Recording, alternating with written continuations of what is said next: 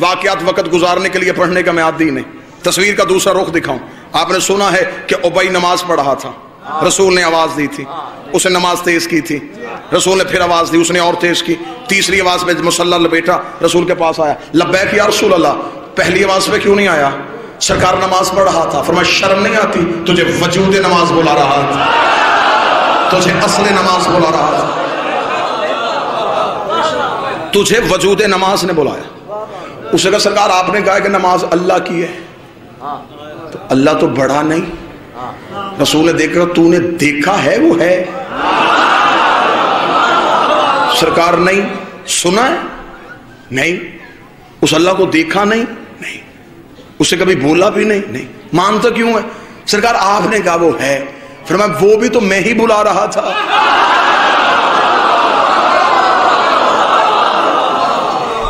اب میں جملہ دینے لگا ہوں, میری ہے کا نام دین ہے, نہیں کا نام دین نہیں. میں نے بلایا بس. یہ تو واقعہ آپ نے سنا. تصویر کا دوسرا رخ دیکھنا. ابی رسول کی محفل سے اٹھا اور صحابہ کی محفل پہ چلا گیا. صحابہ نے کہا ابی آج چہرے پہ یہ اداسی کیوں؟ ابی نے کہا آج بوڑھا ہو گیا تھا, آج پتا چلا ہے, شریعت کے مسئلے سے بے خبر رہا. آج مجھے نبی نے پاس بلا کے سمجھایا ہے کہ جب نبی آواز دے تو نماز توڑو اور نبی کی آواز پہ لبیک کہو. یہ مجھے آج پتا چلا ہے. اللہ کی نماز توڑ دی جاتی ہے نبی کے بلانے پہ, اللہ کی تسبیح روک دی جاتی ہے نبی کے بلانے پہ. اتنا کہنا تھا. ابی نے کہا کہ آج مجھے مسئلے کا پتہ چلا. ساتھ بیٹھا تھا ایک 450 سال کا جوان سلمان.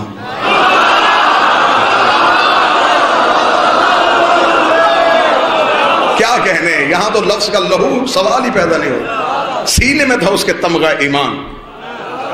اٹھ کے کھڑا ہو کے لگا کیا کہا تو نے بھائی؟ تجھے آج پتہ چلا کہ نبی بلائے تو نماز توڑ دی جاتی ہے, تجھے اب بھی نہیں پتہ چلا؟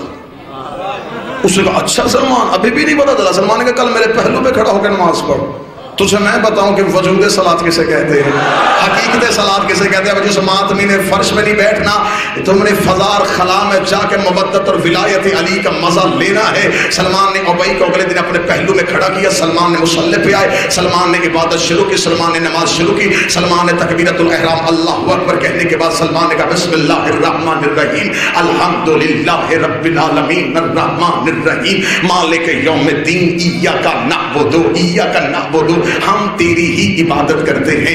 ایاک نعبد پہ سلمان آئے تھے یا نبی کی آواز سلمان. سلمان نے وہیں سے مصلی چھوڑا, نبی کے قریب آئے, لبیک یا رسول اللہ. سلمان پیاس ہے, پانی کا پیالہ پلا. سلمان مشکیزے سے کیا, پانی کا پیالہ بھرا, بسم اللہ پڑھ کے نبی کے قدموں پہ بیٹھا. نبی نے پیالہ پانی کا نوش فرمایا. نبی نے سلمان کو پیالہ دیا. سلمان نے پیالہ رکھنے کے بعد ہاتھ جوڑ کے کہا یا رسول اللہ اجازت. ہاں سلمان واپس چلے جا. سلمان مصلی پہ کھڑا کہا ایاک نستعین اہدنا الصراط المستقیم صراط الذین انعمت. سلمان نے نماز کو شروع کیا. ادھر سلمان نے نماز کو ختم کیا. ابی نے جلدی سے نماز ختم کی. نبی کے قدموں پہ جا کے لگا بوڑھا ہو گیا ہے بطول کی دہلیز میں سجدے کرتے ہوئے, جسے ابھی تک اتنی معرفت بھی نہیں ہوئی. جب اس نے نماز توڑی تھی, اس نے نماز کو سرے سے کیوں نہیں پڑھا؟ اس نے نماز کو شروع سے کیوں نہیں پڑھا؟ اس نے وہیں سے آ کے نماز کیسے شروع کر دی؟ نبی نے بلا کر سلمان تو نماز توڑ کے آیا تھا, جی مولا تو نے سرے سے کیوں نہیں شروع کی؟ نبی کے قدموں بیٹھ کے تھا مولا تجھے تیری عزت کا واسطہ پہلے بتا میں نے توڑی کب تھی, میری ٹوٹی کب تھی؟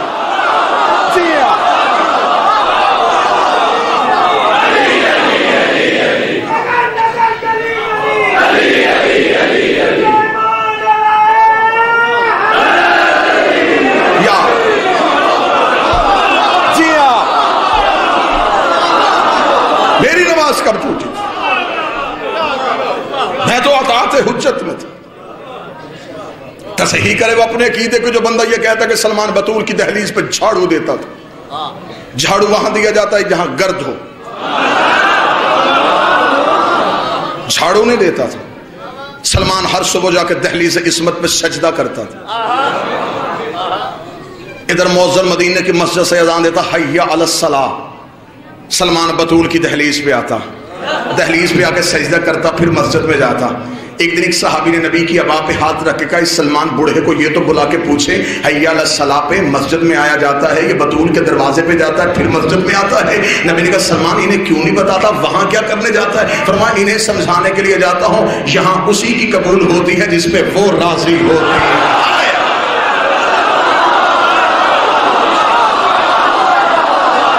جی آپ سے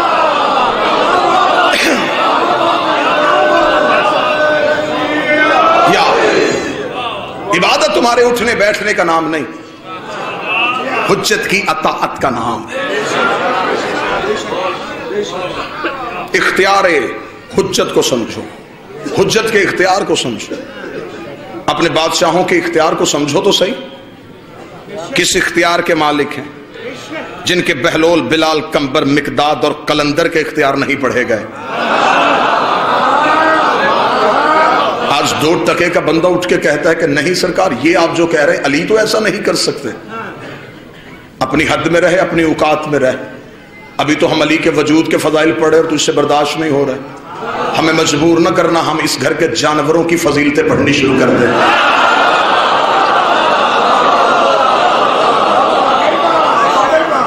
آج 2 ٹکے کا بندہ اٹھ کے کہتا ہے 14 غیب جانتے تھے؟ نبی کے گھر میں ایک اونٹنی تھی جس کا نام قصوہ تھا، وہ بھی غیب جانتی تھی۔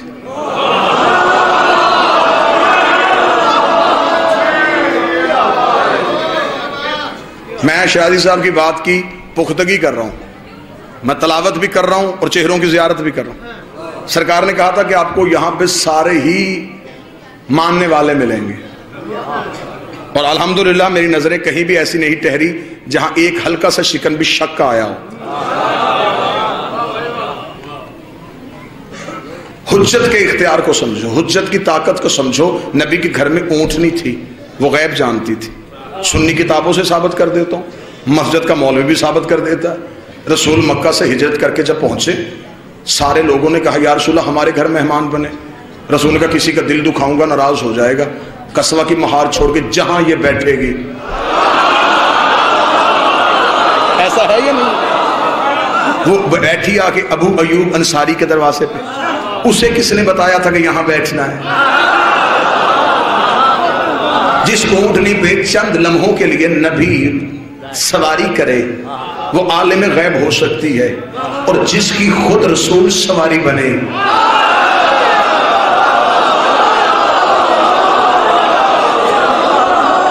پھر مجھے نہیں سمجھ آتا کہ نیچے والی عالم الغیب ہے، اوپر والا پھر عالم الغیب تو نہیں ہوگا؟ کوئی تو بندہ ہوگا جو ساتھ میرے چلے گا۔ اگر نیچے عالم الغیب ہے پھر اوپر تو عالم الغیب نہیں ہوگا، پھر اوپر تو کوئی عہدہ اور ہے، تو سب اور ہے۔ اس لیے کہ جب نبی نماز پڑھا رہے تو جو پیچھے پڑھ رہے تھے وہ عابد تھے، جو پڑھا رہا تھا وہ عبد تھا۔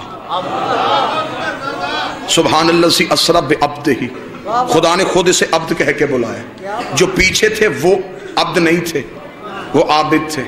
جو آگے تھا وہ عبد تھا، جو اوپر تھا وہ معبود تھا۔ عرش پہ معبود، مصلی پہ عبد، پیچھے عابد۔ اوپر معبود کی عبادت ہو رہی تھی، عبد نماز پڑھا رہا تھا، عابد پڑھ رہے تھے۔ حجرے کا پردہ اٹھا، ظاہری کمسنی میں ایک شہزادہ نکلا، عابدوں کی گردنوں پہ اپنے پاؤں رکھتا ہوا، عبد کی پشت پہ آ کے بیٹھ گیا۔ عبد کی پشت پہ بیٹھ کے اس نے معبود سے کہا اب نیچے عبد ہے، تو معبود ہے، اب بتا میں کون ہوں؟ پیچھے عابد رہ گئے، آگے عبد ہو گیا، تو معبود ہو گیا۔ آواز کتائی حسین نیچے نہ اترنا، میں تجھے تیرا عہدہ بتانے لگا ہوں۔ پیچھے عابد ہیں، یہ عبد ہے، میں معبود ہوں، تو ابا عبد اللہ۔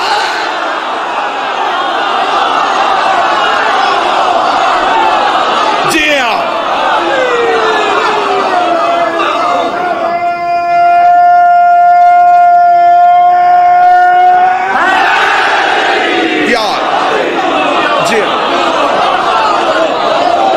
حسین تو عبداللہ۔ نہ چیلنج کرنا کہ ہم تمہیں گھر کے جانوروں کی فضیلتیں سنائیں اور پھر تجھے غش آئے۔ جانور تو پھر بھی سانس لیتے ہیں، زندگی ہے ان کے پاس، جانور تھے، سانس لیتے تھے، زندگی تھی. علی کے ہاتھ میں ایک لوہے کا ٹکڑا تھا.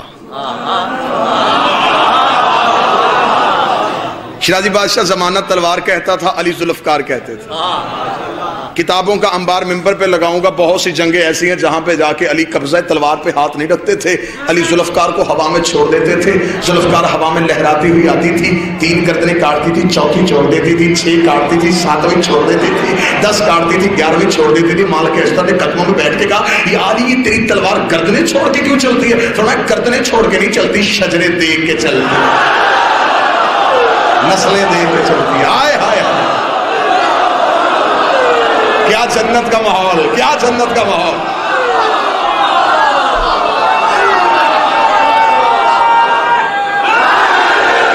کیا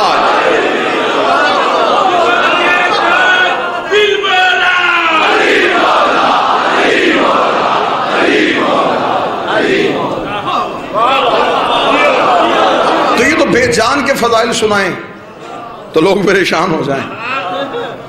یہ سانس تو نہیں لیتی تھی نا، لیکن بہت سو کے سانس لے لیتی تھی. خود سانس نہیں لیتی تھی، اسے دیکھ کے بہت سے سانس خشک ہو جاتے تھے، اکھڑ جاتی تھی سانسیں اس کو نیام کے بستر سے اٹھتے ہوئے دیکھ کے. یہ نیام کے بستر پہ سر رکھ کے سوتی تھی تو سارے ہی سوتے تھے. واللہ با حسین 2 بادشاہ کے علم ہے، پوری مجلس سے آئیے صرف علی کی ذوالفقار سنانے کے لیے.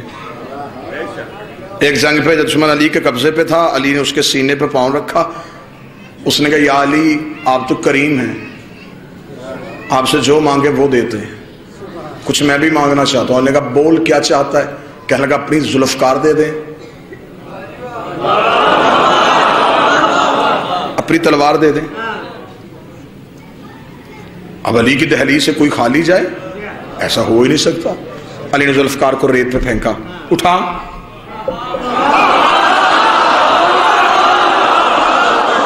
اٹھا. اس نے ذہن میں سوچا کہ جلدی سے تلوار اٹھاؤں گا، الٹا وار علی پہ کروں گا. پھرتی سے اٹھا، ہاتھ تلوار پہ نظر علی پہ، ہاتھ تلوار پہ نظر علی پہ، ہاتھ تلوار پہ نظر علی پہ. زور لگا رہا ہے، اٹھ نہیں گئی. زور لگا رہا ہے، ہل نہیں گئی. جب زور لگا کے تھک گیا تو وہی ہاتھ علی کے قدموں پر رکھ دیے. رکھ کے کہنے لگا یا علی معاف کیجئے گا، ہزاروں دفعہ اس تلوار کو آپ کی انگلیوں پہ لہراتے ہوئے دیکھا ہے، میں نے پورا زور لگایا، یہ ہلی کیوں نہیں؟ علی نے چہرے پہ ہاتھ مار کے کہا بدبخت، میں نے تلوار دی تھی، اپنا بازو تو نہیں دیا.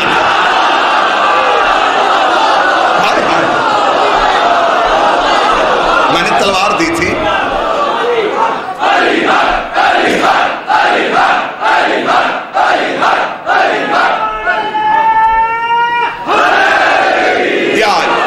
وہیں پہ کسی شاعر نے کہا کافر ہو تو شمشیر پہ کرتا ہے بھروسہ، مومن ہو تو بے تیل پہ لڑتا ہے سپاہی.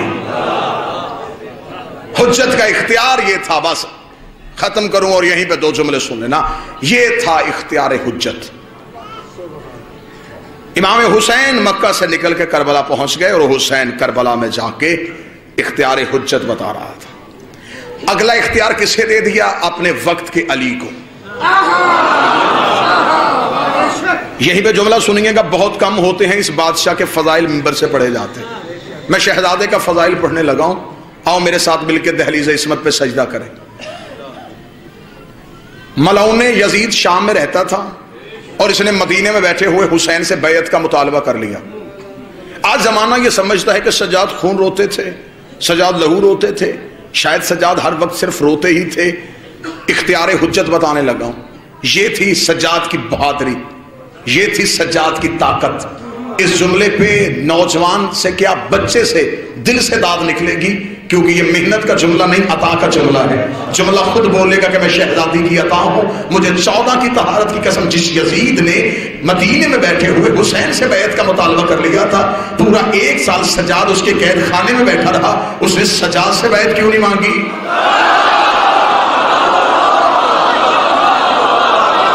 اسے امام کی بیعت چاہیے تھی نا، تو وہ سجاد سے بھی مانگتا. اسے سجاد سے کیوں نہیں مانگی؟ مجھے معاف کیجئے گا، کڑی سجاد کے ہاتھ میں نہیں، امت کے ہاتھ میں تھی. قیدی امامت نہیں تھی، امت تھی۔ جتنی دیر میرا بادشاہ قید خانے میں بیٹھا رہا، یزید ایک رات بھی نہیں سو سکا، بے چین کر دیا سجاد نے اسے۔ اس لیے تو شاعر نے کہا تھا بستر جو مخملی تھا اسے خار کر دیا، بستر جو مخملی تھا اسے خار کر دیا، سونا فرعون شام کا دشوار کر دیا، نیند اس کی باندھ کی زنجیر پا کے ساتھ سجاد نے یزید کو بیمار کر دیا۔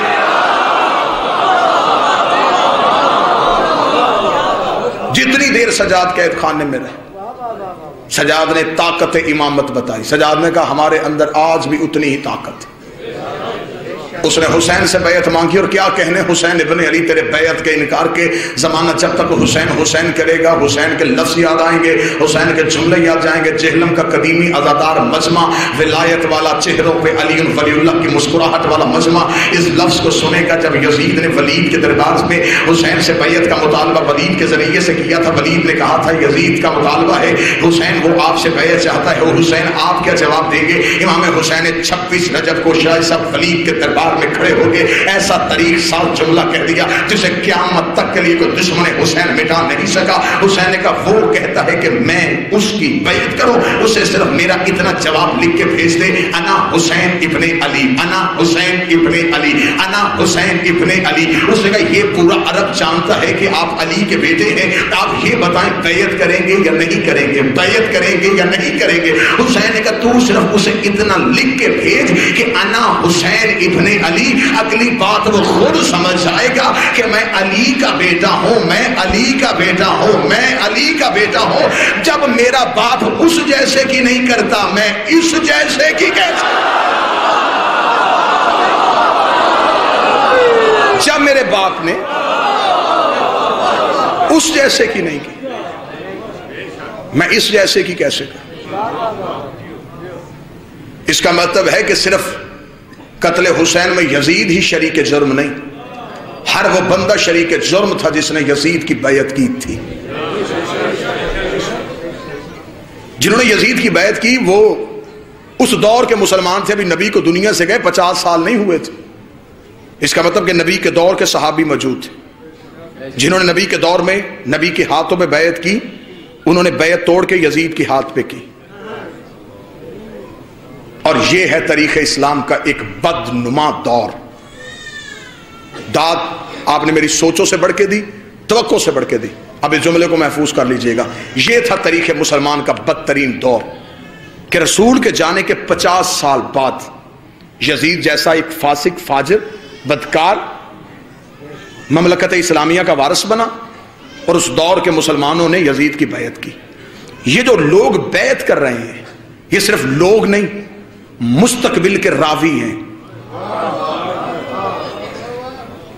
یہ لوگ صرف بیعت نہیں کر رہے، ان میں بڑے بڑے مستقبل کے محدث چھپے ہوئے ہیں۔ انہوں نے حدیثیں نقل کرنی ہے، انہوں نے تاریخ کو روایت کرنا ہے، انہوں نے رسول کے فرمان کو روایت کرنا ہے۔ تو جب ہاتھ یزید کے ہاتھ میں تھے، زبان آل محمد کا حق کیسے بول سکتی تھی؟ پھر اس دور میں جو تاریخ بنی، آج کے مسلمان نے اسے مستند اس لیے سمجھا کہ یہ نبی کے فوراً بعد بنی تھی، جبکہ نبی کے فوراً بعد یزید کے ہاتھ پہ بیعت ہو گئی تھی۔ اور یہ فقہ اور شریعت کا قانون ہے، جب کوئی مسلمان کسی فاسق کے ہاتھ پہ بیعت کرے تو وہ دائرہ اسلام سے نکل جاتا ہے۔ پھر مجھے معاف کیجئے گا، یزید کے دور میں جن مسلمانوں نے یزید کی بیعت کی، اب ان کا اسلام سے قرآن کے مطابق کوئی تعلق نہیں رہا۔ پھر اس کا مطلب کہ حسین کو مسلمانوں نے نہیں مارا، مسلمانوں نے نہیں مارا، کافروں نے مارا۔ اور یہ تھا اختیار حجت کہ شریعت کا اور قرآن کا مسئلہ ہے کہ جب کوئی مسلمان کسی فاسق کے ہاتھ پہ بیعت کرے وہ دائرہ اسلام سے نکل جاتا ہے۔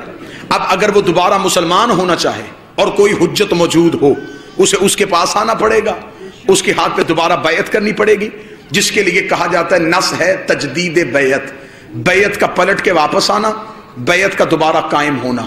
وہ دوبارہ معصوم کے ہاتھ پہ بیعت کرے گا۔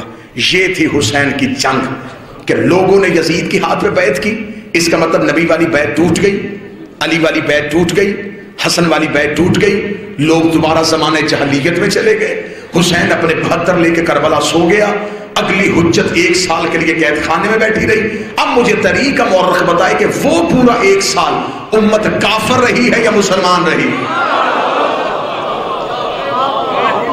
اس 1 سال میں امت کہاں تھی؟